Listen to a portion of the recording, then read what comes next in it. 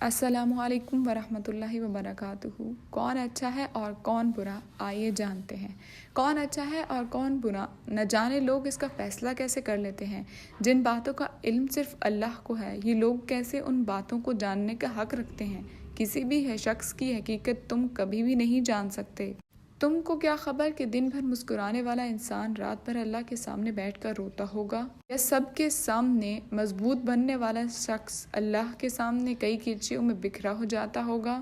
جبھی اللہ تعالیٰ قرآن مجید میں ارشاد فرماتے ہیں روز محشر کوئی کسی کا بوجھ نہیں اٹھائے گا، تو پھر کیوں تم اپنے اعمال پر غور کرنے کی بجائے دوسروں کے دامن پر لگے داغ ڈھونڈنے میں مصروف ہو جاتے ہو۔ دھیان رکھنا کہیں ایسا نہ ہو جائے کہ وہ عبادتیں جن پر تم ناز کرتے ہو روز محشر اس لیے ضائع ہو جائیں کہ تم نے اللہ کے بندوں کا دل دکھایا ہو۔